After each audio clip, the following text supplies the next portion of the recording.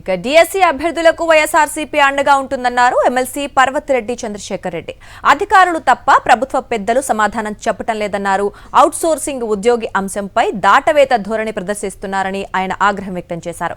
ఇక DSC scam లో కూటమి నేతలు కొందరు అధికారులు కుమ్మక్కయ్యారని విమర్శించారు. డిఎస్సీ మెరిట్ అభ్యర్థులను టీడీపీ వేధిస్తోందన్నారు. జగదీష్ నాయక్ కు పోస్ట్ ఇవ్వకుండా అన్యాయం చేశారని ఆవేదన వ్యక్తం చేశారు ఎమ్మెల్సీ పర్వతిరెడ్డి చంద్రశేఖర్ రెడ్డి. ఇక మెగా డిఎస్సీ కాదు బ్యాక్ డోర్ నిర్వహించారని ధ్వజమెత్తారు. డిఎస్సీలో జరిగిన అక్రమాలపై సిబిఐ విచారణ జరిపించాలని డిమాండ్ చేశారు. డిఎస్సీ పరీక్ష రాసినటువంటి అభ్యర్థుల పడుతున్నటువంటి వేదనను, వారికి జరిగినటువంటి అన్యాయాన్ని వైఎస్ఆర్సీపీ వారి పక్షాన్ని నిలబడి వారి గొంతుకుగా గత కొంతకాలంగా పోరాడుతా ఉన్న విషయం కూడా అందరికీ తెలిసిందే.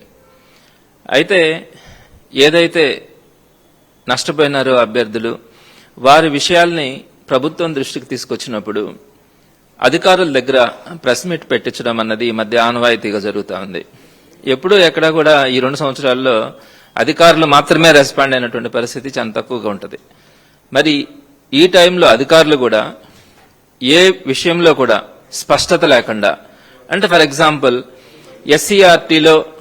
ఎస్సీఆర్టీలో అవుట్ సోర్సింగ్ ఎంప్లాయీగా పనిచేస్తున్నటువంటి నవీన్ అనే వ్యక్తికి 2 సబ్జెక్ట్స్ లో, అటు సోషల్ స్టడీస్ లో ఫస్ట్ ర్యాంక్ రావడం కానీ, టీజీటీ తెలుగులో 6th ర్యాంక్ రావడం కానీ, ఈ 2 అంశాలు జరిగిన తర్వాత ఆ అబ్బాయిని మీరు వాంటెడ్ గా పక్కన పెట్టిన తర్వాత దీని వెనుక ఆ క్వశ్చన్ పేపర్ తయారీలో ఈ అబ్బాయి ఉన్నాడు, ఈ అబ్బాయి ద్వారా అనేక మందికి ఆ క్వశ్చన్ పేపర్ వెళ్ళింది అన్న అంశాలన్నింటినీ కూడా ప్రజల దృష్టికి కూడా తీసుకురావడం జరిగింది. అయితే ఈ అంశం మీద ప్రిన్సిపల్ సెక్రటరీ గారు ఈ మధ్య మాట్లాడుతున్నటువంటి అంశం ఏంటంటే దాటవేత ధోరణి, అది కోర్టులో ఉంది, దానికి ఇప్పుడు సమాధానం చెప్పలేం అనే పరిస్థితిలో ఆయన మాట్లాడడం కూడా జరిగింది.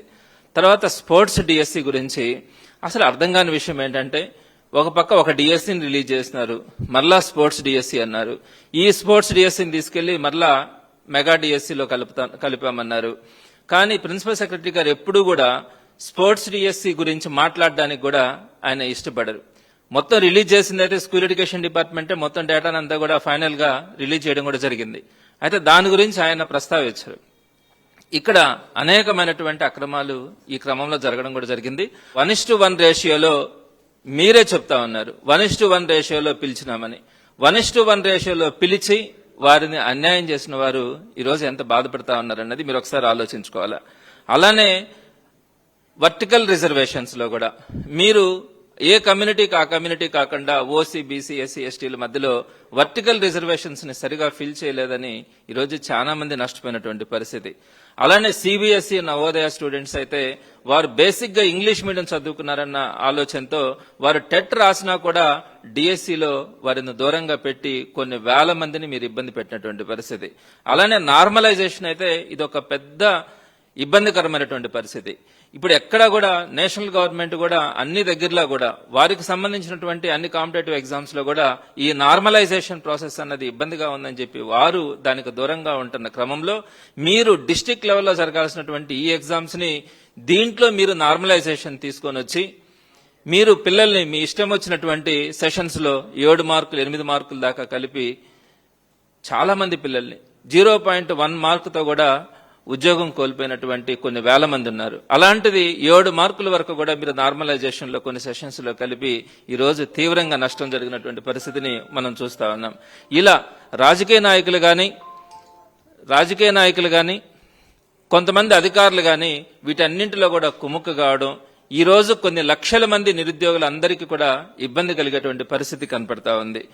ప్రధానంగా కొంతమంది నష్టపోయినటువంటి అభ్యర్థులు వారి బాధని వైఎస్ఆర్సీపీతో గాని అలానే సోషల్ మీడియా పరంగా గాని వారికి జరిగినటువంటి నష్టాన్ని చెప్పుకునే క్రమంలో వారందరినీ కూడా మానసికంగా వేధిస్తూ మీ సోషల్ మీడియా ఈ రోజు ఏదైతే కూటమి ప్రభుత్వం ఉందో ఆ కూటమి ప్రభుత్వానికి సంబంధించినటువంటి సోషల్ మీడియా ఈ రోజు కొన్ని లక్షల మంది నిరుద్యోగుల్ని నష్టపోయినటువంటి అభ్యర్థుల్ని వారందరినీ కూడా మానసికంగా వారి మీద రకరకాలైనటువంటి ముద్రలేసి మీరు ఫేక్ అని వారిని రకరకాలుగా మీరు ఇబ్బంది కలిగించినటువంటి పరిస్థితి ఈరోజు మనకు స్పష్టంగా కనపడతా ఉంది.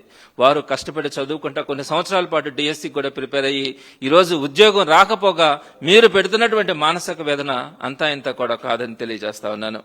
నేను ఈ సందర్భంగా మీకు కొన్ని విషయాల్ని మీ దృష్టికి తీసుకొని వస్తాను, కొన్ని ఎగ్జాంపుల్స్ తీసుకొని వస్తాను. ఏ విధంగా అక్రమాలు జరిగినాయి, వీటిల్లో ప్రతి అంశంలో కూడా అక్రమాలు ఉన్నప్పటికీ కూడా నేను కొన్నింటిని మాత్రమే ఈ రోజు మీ ద్వారా ప్రజలందరికీ కూడా తెలియజేయడానికి ప్రయత్నిస్తాను. మరిన్ని అప్డేట్స్ కోసం ఛానల్ ను సబ్స్క్రైబ్ చేయండి. నోటిఫికేషన్స్ కోసం బెల్ ఐకాన్ పై క్లిక్ చేయండి.